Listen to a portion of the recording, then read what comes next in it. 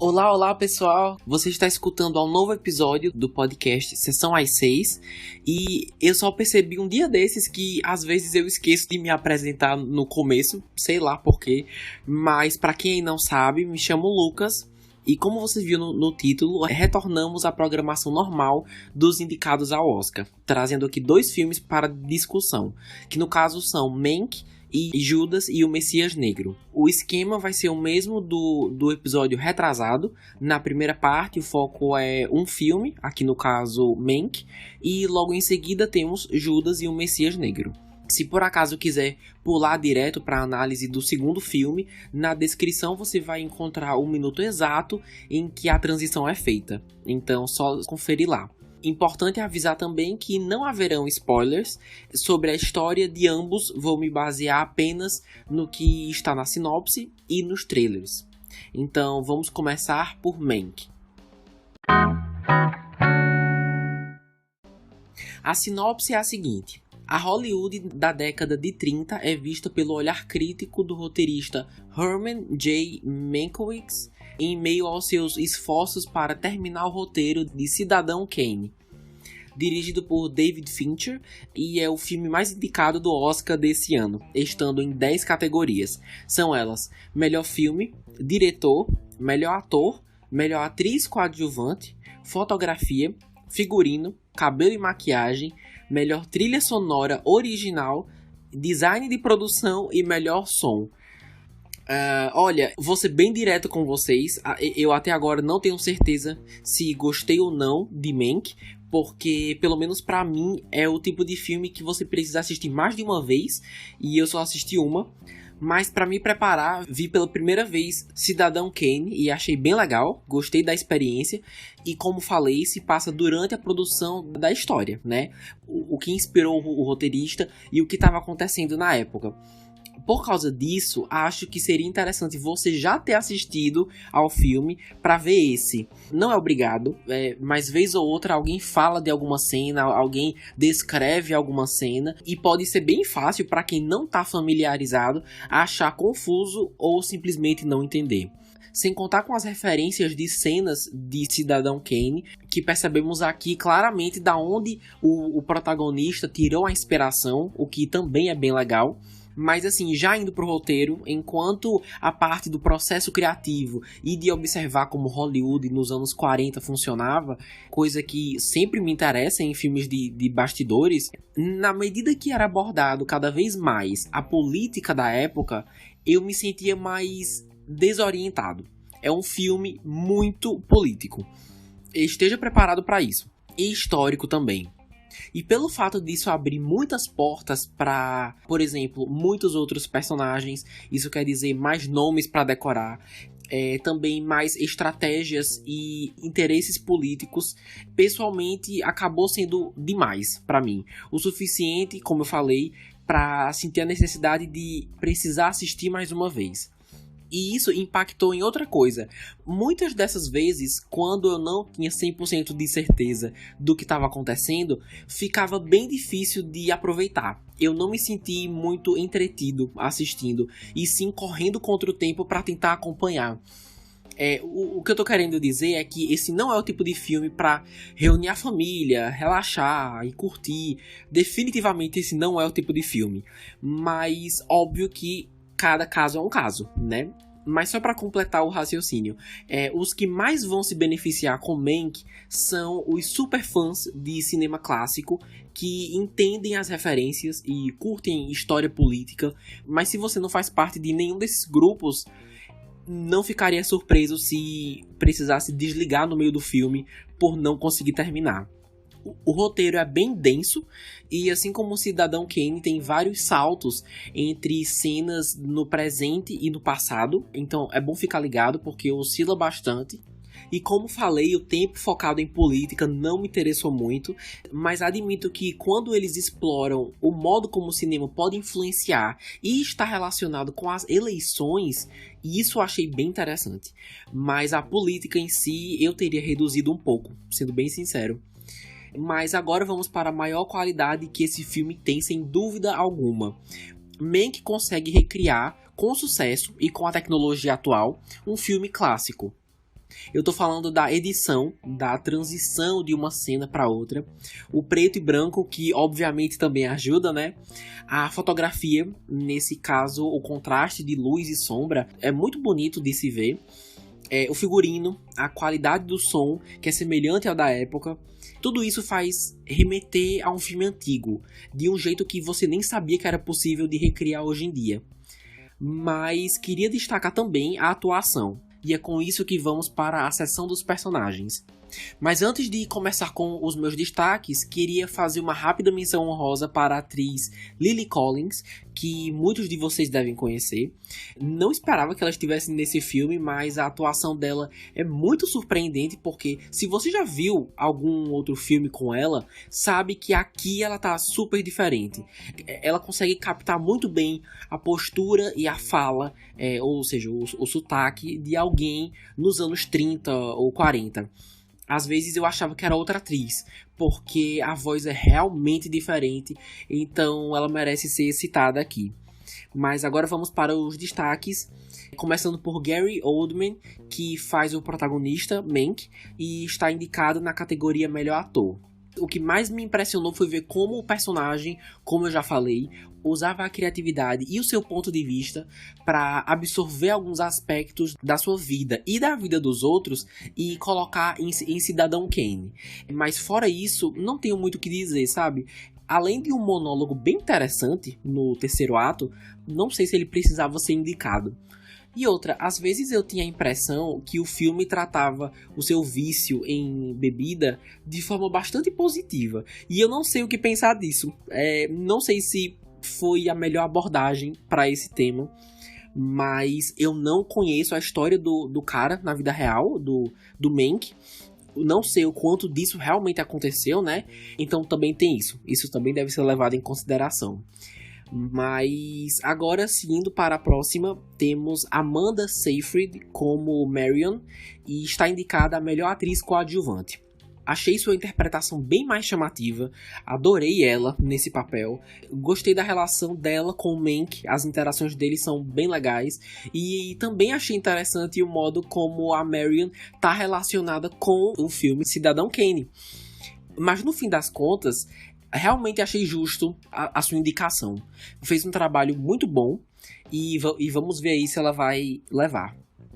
Bom, no geral, Mank é um filme super político que consegue recriar muito bem as características de um filme antigo. E se você olhar bem atentamente, ele tem algo a dizer. Porém, definitivamente não é para todo mundo. Já está disponível no catálogo da Netflix, sem nenhum custo adicional. E dá para perceber por que é o mais indicado pela academia, né? Não é novidade que Hollywood prestigia bastante filmes sobre Hollywood. O primeiro que me vem em mente é La La Land. E aqui ainda tem um contexto histórico e está diretamente relacionado com outro filme icônico, também muito aclamado pela academia, no caso Cidadão Kane. Então faz sentido ter esse destaque todo.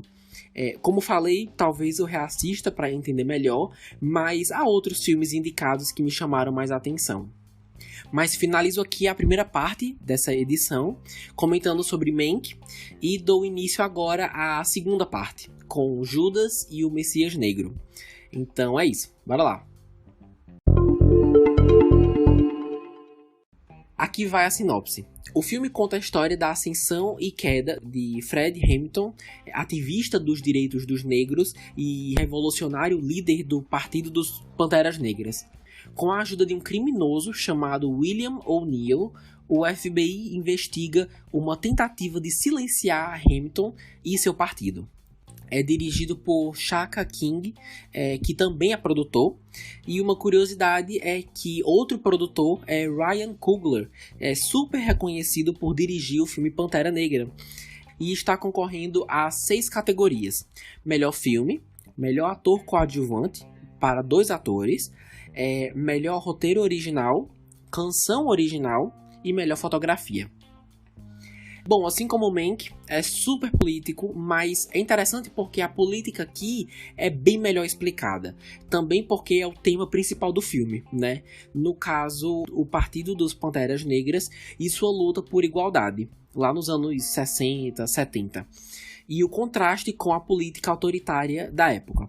Uma coisa interessante de perceber é que, parando para pensar, assim como Mank está para Cidadão Kane, Judas e o Messias Negro está para Os Sete de Chicago. Filme que também está indicado ao Oscar e já foi comentado aqui no podcast. Se tiverem interesse, o link vai estar aqui na descrição. Mas digo isso porque o julgamento de Chicago é mencionado aqui na história e as narrativas estão bem relacionadas. Então, se você está começando ou tiver interesse em assistir alguns filmes do Oscar, recomendo fortemente assistir os dois juntos. Mas nesse filme temos uma noção bem melhor de quem eram os Panteras Negras, por que eles existiram e qual sua importância na sociedade, principalmente, né, por causa da maneira super racista e opressiva que as pessoas, principalmente a polícia, os tratavam. E a história faz um ótimo trabalho mostrando os dois lados. Por que a resistência negra e por que isso significa uma ameaça àqueles que abusam do poder. E esses abusos também são nítidos. Há múltiplos momentos em que o público percebe que é pessoal. E por isso, na maioria das vezes, eles não jogam limpo, digamos assim, com esse abuso de autoridade. Outra coisa é que esse filme veio muito a calhar no momento atual em que vivemos. Claro que houve progresso ao longo das décadas, mas há muitos problemas que lidamos hoje que, parando para pensar, são os mesmos de antes. O melhor exemplo disso é o movimento Vidas Negras Importam, ou Black Lives Matter, que ainda luta por igualdade e contra a violência policial. Então não tem um momento melhor para esse filme ser lançado. Eu também adoro que a história apresenta esse partido de forma bem justa. Pelo menos eu achei, que na maior parte era um grupo pacífico, mas o roteiro não ignora seus momentos mais violentos, usando armas só quando necessário para a autodefesa do próprio grupo. Também é enaltecido as trágicas consequências de se participar de uma guerra civil, né? As perdas, as vítimas, o luto e a injustiça que sempre estão presentes, e isso também não é ignorado pelo diretor. Mas o aspecto mais interessante de tudo isso é como a história, baseada em fatos reais, possui paralelos incríveis com a Bíblia. Esse episódio é sem spoilers, então não posso dizer exatamente quais são esses momentos, mas as comparações do infiltrado no partido com Judas e a sua traição a Jesus tem umas cenas que são assim incrivelmente bem pensadas.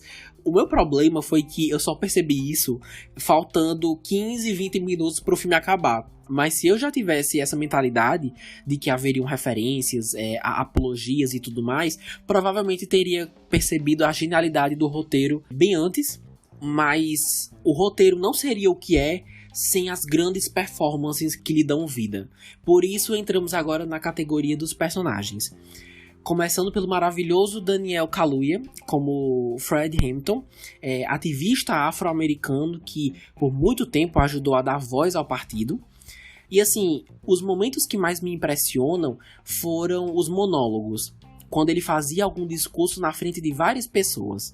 Porque são nesses momentos que eu percebi que essa era a sua maior arma. Seu carisma com a população, a capacidade de se expressar e querer mudança e ainda conseguir transmitir isso para todos os outros e fazer eles entenderem como isso é urgente, como essas mudanças precisam ser urgentes. Daniel Kaluuya tá bem diferente, mudou o sotaque, né, o modo de falar, a postura também, e dá pra notar isso principalmente nesses seus discursos. É alguém com muita personalidade e assistindo você percebe que não é à toa que várias pessoas no poder se sentem ameaçadas por ele. Está indicado a melhor ator coadjuvante e fico muito feliz pela indicação, é um ótimo ator.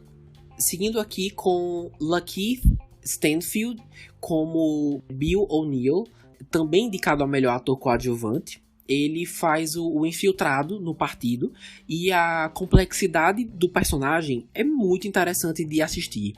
Só pela expressão facial a gente já percebe quando ele se questiona se está fazendo a coisa certa, e na medida que seus dilemas se tornam mais complexos, isso se torna ainda mais visível pelo físico do ator, sabe? Se vocês prestarem atenção, dá para perceber isso. Também fez um ótimo trabalho. Bom, Judas e o Messias Negro, ou Judas and the Black Messiah, é um filme muito importante sobre a história das pessoas negras em busca de condições decentes, em meio à hierarquia sufocante da época, e nos faz perceber como se assimila com os dias atuais e os movimentos existentes até hoje. Como falei, é bem político, mas nesse caso não me atrapalhou, foi executado de uma forma que faz sentido para quem assiste. E é trágico também, é meio triste e vale lembrar, mas super relevante. A obra, no momento em que esse episódio está sendo gravado, não se encontra em nenhum serviço de streaming, mas há um mês atrás, mais ou menos, estava disponível em cartaz nos cinemas aí pelo país. Deve ser só uma questão de tempo até alguma plataforma adquirir os direitos e adicionar no catálogo, então recomendo demais. E assim, finalizo mais um podcast sobre o Oscar. Próxima semana damos continuidade às análises duplas dos indicados. E para ficar por dentro de tudo isso, recomendo que me siga lá no Instagram, @sessãoas6, para saber quando um episódio está disponível. E comenta lá se você já viu algum desses filmes, se você compartilha da minha opinião sobre Mank, se você gostou ou não, que eu quero saber.